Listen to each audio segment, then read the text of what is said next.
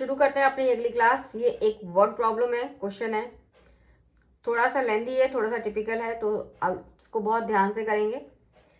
मैं आपके लिए क्वेश्चन को पढ़ रही हूँ। इसमें लिखा हुआ है कि एक टैंक है, इस टैंक में जो है वाटर भरा जा रहा है और वाटर भरने के लिए दो टैप यूज किए गए हैं। एक है स्मॉलर टैप और एक है बिग टैप। ये कहा जा रहा है कि स्मॉलर टैप जो है इसको फिल करने में लगाता है कुछ घंटे लगाता है, हमें नहीं पता कितने घंटे लगाता है। स्मॉलर टैप भी इसको फिल करता है और बिग टैप भी फिल करता है। तो स्मॉलर टैप जो है सिंपल सी बात है, वो उसको भरने में ज़्यादा टाइम लेगा और जो बिग टैप है उसको भरने में कम टाइम लेगा। तो वो कह रहे हैं कि स्मॉलर टैप जो है जितना भी टाइम लेता है, बिगर टैप जो है उसको भरने में 10 आवर्स लेस टाइम लेता है। तो हम लोग मान के चल लेते हैं कि स्मॉल टैप जो है उसको x आवर्स में भरता है, टैंक को x आवर्स में भरता है। तो ये आ गया स्मॉल, हमने मान लिया, एज्यूम कर लिया कि स्मॉल टैप जो है उसको x आवर में फिल करता है। तो बिग टैप जो होगा वो उसको x माइनस 10 आवर्स में फिल करेगा, यानी 10 घंटा कम लेता है। ये क्वेश्चन में दिया हुआ है, ये गिवन कंडीशन है जिसको हमने x के साथ लेके मान लिया है। अब जो थर्ड कंडीशन है कि वो दोनों यानी स्मॉल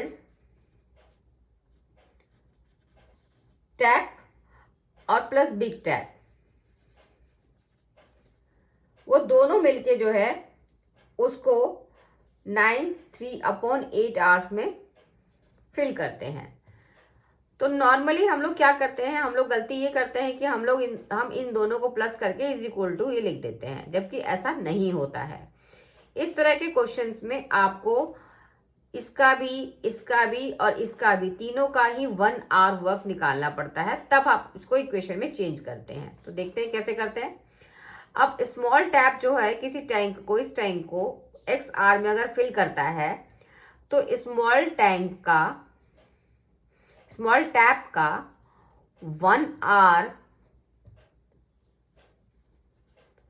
वर्क जो हो जाएगा ये हो जाएगा 1/x, यानी 1 घंटे में वो उस टैंक के 1/x पार्ट को फिल करेगा। इसी तरह से अगर हम बिग टैप की बात करते हैं, बिग टैप का 1 आवर का वर्क जो होगा ये हो जाएगा 1/x माइनस 10। पूरा काम अगर वो x आवर में करता है तो 1 आवर का काम में आपने इसका रेसिप्रोकल कर दिया, सेम आपने यहां भी किया।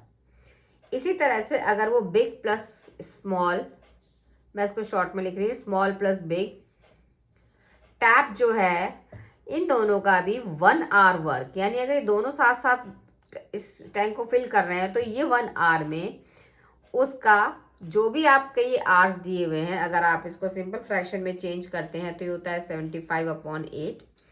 तो इसका भी रेसिप्रोकल हो जाएगा, यानी वो 8/75 पार्ट उस टैंक का फिल करेंगे।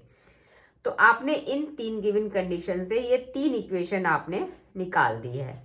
अब स्मॉल टैंक का 1 hour work plus big tank का 1 hour work is equal to ये। तो अब आप इसको एक इक्वेशन की फॉर्म में लिखेंगे। तो कंडीशन अकॉर्डिंग ये हो जाता है 1/x plus 1/x minus 10 is equal to 8/75। तो ये एक इक्वेशन हो गई, मैं इसको यहाँ दोबारा लिख देती हूँ, ये स्ट्रेट नहीं आ रहा है। तो ये हो जाता है 1/x plus 1/x plus 10, x minus 10 है ये, इज इक्वल टू 8/75। अब ये हमारी हो गई इक्वेशन। इस इक्वेशन को अब आपको सॉल्व करना है। सॉल्व करने के लिए तरीका वही है, आप इसमें एलसीएम लेंगे, उसके बाद उसे सॉल्व करेंगे। तो इसको अगर आप एलसीएम लेकर सॉल्व करते हैं, मैं इसको डायरेक्ट इक्वेशन की फॉर्म में लिख रही हूँ, आप इसे स्टेप बाय स्टेप करेंगे। तो ये हो जाता है 8x square minus 230x plus 750 is equal to 0। अब अगर आप इसमें 2 कॉमन ले सकते हैं, 2 कॉमन आ रहा है तो कॉमन ले लेते हैं।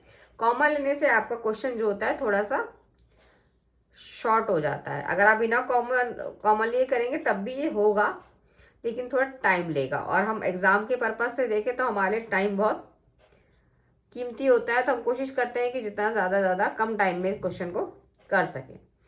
तो मैंने 2 कॉमन लेके इधर भेज दिया 0 के साथ, तो ये आपकी टर्म जो हो गई। अब इस इक्वेशन को, इस क्वेश्चन को हम लोग कंप्लीटिंग द स्क्वायर मेथड से करते हैं। कंप्लीटिंग द स्क्वायर मेथड के हिसाब से थोड़ा सा कॉम्प्लिकेटेड लग रहा है, लेकिन आप अगर उस तरीके से करेंगे जिस तरीके से मैंने समझाया है तो हो जाएगा। तरीका सिंपल सा वही है, आप इसे 2x का होल स्क्वायर लिखेंगे, माइनस लगाएंगे, 2 लगाएंगे और उसके बाद ये टर्म यानी 2x लगाएंगे। अब आपके पास जो बचता है वो देखते हैं। तो आपके पास जो बच रहा है वो है 115 ये नंबर, और ये बच रहा है आपके पास 4। इसको निकालने का तरीका मैं आपको पहले बता चुकी हूँ, आप उसे चेक कर सकते हैं। अब ये आपका हो गया, मैं इसको ब्रैकेट में लिख रही हूँ ताकि क्लियर हो जाए। अब ये आपका हो गया है b। अब आप इसका स्क्वायर जो है इसके अंदर ऐड करेंगे और इसका स्क्वायर ही इसमें से सब्ट्रैक्ट करेंगे।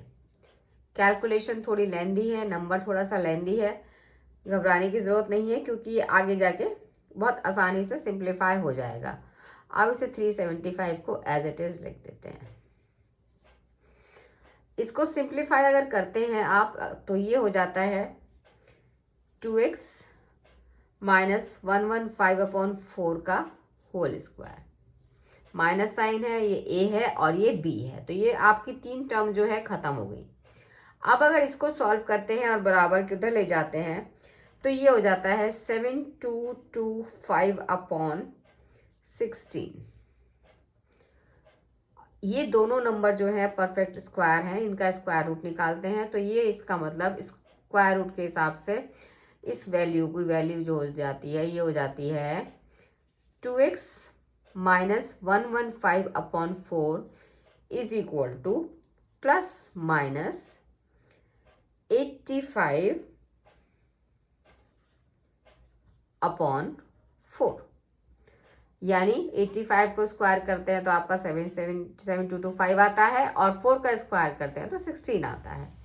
अब अगर आप दोनों साइन लेके बात करते हैं, अगर हम लोग पहले बात करते हैं माइनस साइन के साथ, यानी 2x minus 115/4 is equal to minus 85/4 अगर लेते हैं तो आपके पास जो है x की वैल्यू जो आती है वो मिक्स फ्रैक्शन में आती है, 15/4। और अगर आप माइनस की जगह प्लस का साइन लेते हैं यानी 2x minus 115/4 is equal to minus 85/4 की जगह प्लस 85/4 लेते हैं तो ये आपको x की वैल्यू देता है 25। तो ये वैल्यू आप दोनों में से दोनों ही आंसर ले सकते हैं। ये आपका फ्रैक्शन में है तो ये आपको आवर्स में दिया हुआ है, आपको इसको मिनट्स में चेंज करेंगे तो आपके लिए इजी होगा। तो हम लोग अगर इसको लेके चलते हैं तो हमें इसके कुछ चेंज करने की ज़रूरत नहीं पड़ेगी। तो इसको अगर हम आंसर कंसीडर करते हैं x इज इक्वल टू 25, यानी जो स्मॉल टैप है वो उस टैंक को फिल करने के लिए 25 आवर्स लेता है। ये तो आ गया आपका स्मॉल टैंक का टाइम। अगर आप बिग टैप की तरफ से बात करते हैं, अगर बिग टैप है तो वो उस टैंक को भरने के लिए उससे 10 आवर्स लेस लेता है, यानी स्मॉल जो होगा वो हो जाएगा आपका 25 आवर्स में अगर भर रहा है, तो जो बिग टैप है वो उस टैंक को 25 माइनस 10 यानी 15 आवर में फिल कर देगा। आप देखेंगे कि आपसे क्वेश्चन में क्या पूछा जा रहा है। अगर आपसे दोनों की वैल्यू पूछी जा रही है आप दोनों की देंगे, आपसे अगर स्मॉल की पूछी जा रही है तो स्मॉल की और बिग की पूछी जा रही है तो बिग की। तो आप अपने क्वेश्चन के हिसाब से आंसर को निकालेंगे। उम्मीद करती हूँ थोड़ा सा लेंथी क्वेश्चन जो है वो आपको समझ में आया होगा। इसी क्वेश्चन के बेस पे आप लोग मेन और वुमेन के वर्क वाले क्वेश्चंस भी निकाल सकते हैं। उसमें भी सेम पैटर्न होता है। आप स्मॉल की जगह वुमेन ले सकते हैं, बिग की जगह मैन ले सकते हैं और इसी मेथड से उस पूरे क्वेश्चन को करके आंसर निकाल सकते हैं। इस तरीके से अगर आप करेंगे तो वो क्वेश्चन गलत नहीं होगा। इसमें कैलकुलेशन ज़्यादा थी। आप इसको कंप्लीटिंग द स्क्वायर की जगह फैक्टराइजेशन मेथड से भी कर सकते हैं। ये आपके ऊपर है। अगर क्वेश्चन में नहीं दिया गया है कि उसको किस मेथड से करना है तो आप अपनी पसंद के जिस मेथड में आप कंफर्टेबल हो उससे आप कर सकते हैं। तो उम्मीद करती हूँ आपको समझ में आया होगा। मिलते हैं अगली क्लास में।